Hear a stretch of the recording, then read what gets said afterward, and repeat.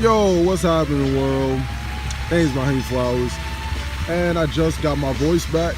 Came back from a summer cold, not cool, you know, and I'm out here chilling in the park. So,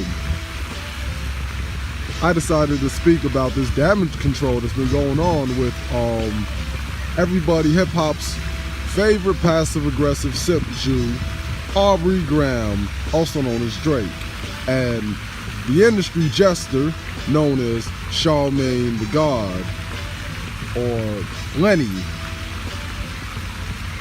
you know, Charlemagne the Fraud, Charlemagne the Sambo, as I like to call his ass. So, I was watching Star, I was watching his content, right? And Star had the lady who was apparently a victim of dealing with, you know, rape and whatnot when she was only 15, and towards Charlemagne. Now, Charlemagne has brought it up and addressed it briefly, especially on his podcast with his white homie, Andrew Schultz. Yeah, Charlemagne would make some sort of discrepancy and he would just give fragments of the story that transpired and said that he was only accused of it.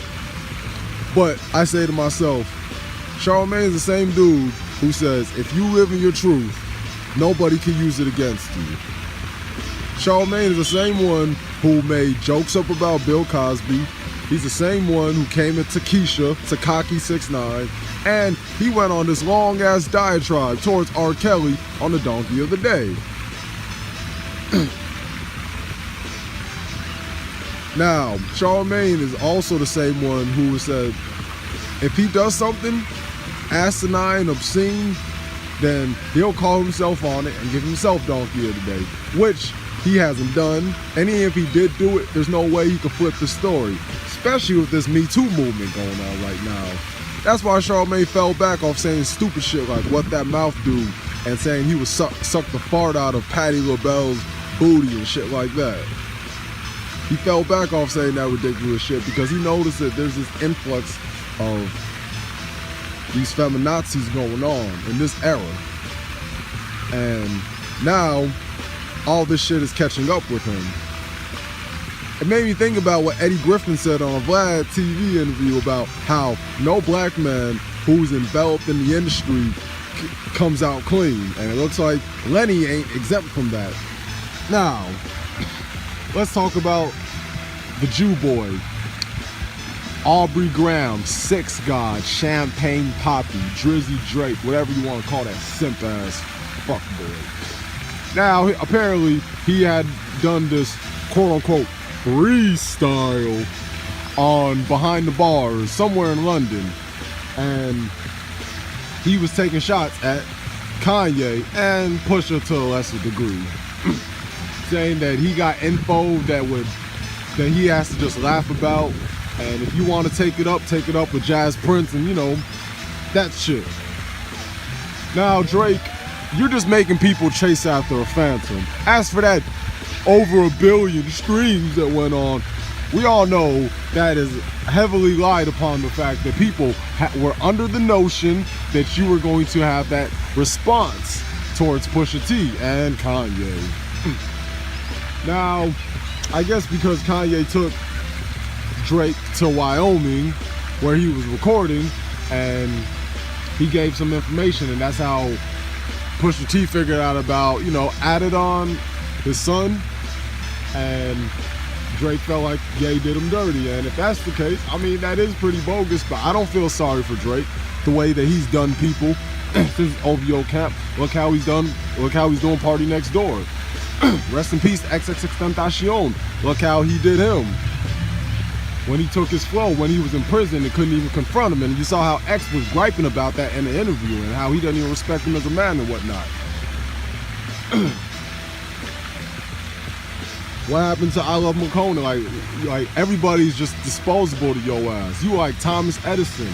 But hey, I expect the likes of your people, them jewels, to go and to go ahead and just rob people. Hey, and even be a grave robber to Michael Jackson. Fuck you mean? you know? And on top of that, you know, he took that style that a lot of those British artists like to use, that British grime style, and fused with drill. So you go ahead and you once again bite off that drill shit, just like you did on us with Lil Reese. You go ahead and you bite off that grime style.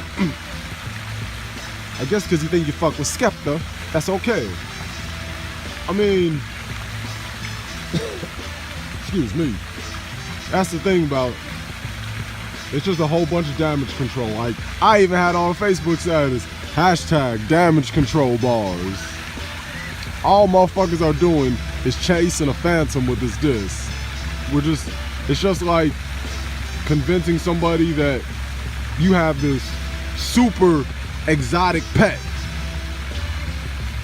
Like, it's just like if you decide to have a show and tell, everybody sees that you have something that doesn't impress everybody and your show and tell project was plain, and then you say that you have a phoenix in your house and you're bragging about your phoenix, and you have you do a bunch of photoshopping where it seems like you have these visuals of a phoenix, but in reality you don't got that. That's just a myth.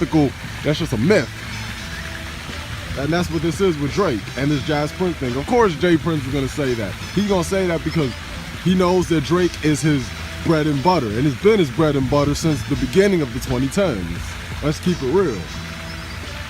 So of course Jazz Prince is gonna go along with the, well, you have to understand, man. I mean, Drake and Kanye and Pusha T's career. Kanye is the same person who just said this year that 400 years of slavery is a choice.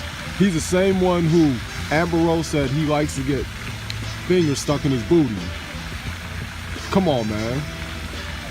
He's the same one who went on that long-ass rant towards Jay-Z saying, don't kill me and all this other shit. We know the type of influence and power Sean Carter has. Fuck out of here with that BS. You ain't ended no career. Kanye laid too many foundations in hip-hop, especially for your ass. And honestly, I've noticed that there was tension between Drake and Kanye since Watch the Throne days, when he started off that verse on Ham. You know?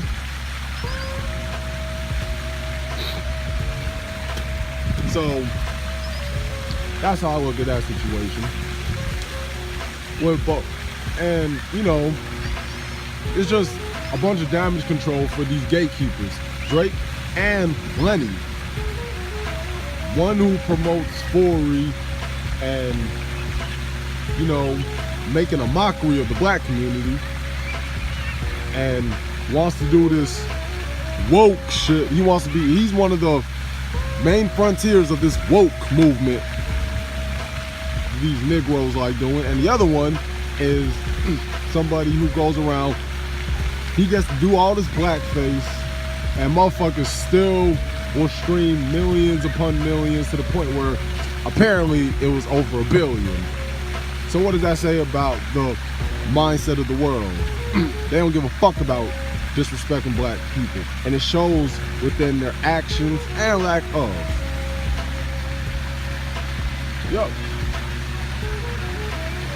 we allowed all this simple shit to slide, and that in my feelings challenge, like, this dude is like the personification of a culture vulture. He's worse than Jay-Z. Hell, he's arguably worse than Vlad. Tisk, tisk, tisk. But major damage control for the fuck boys.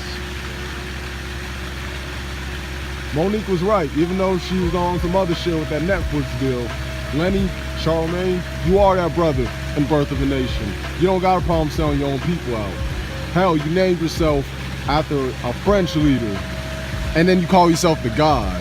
What type of oxymoronic bullshit is that? But I don't need to go on this diatribe any longer.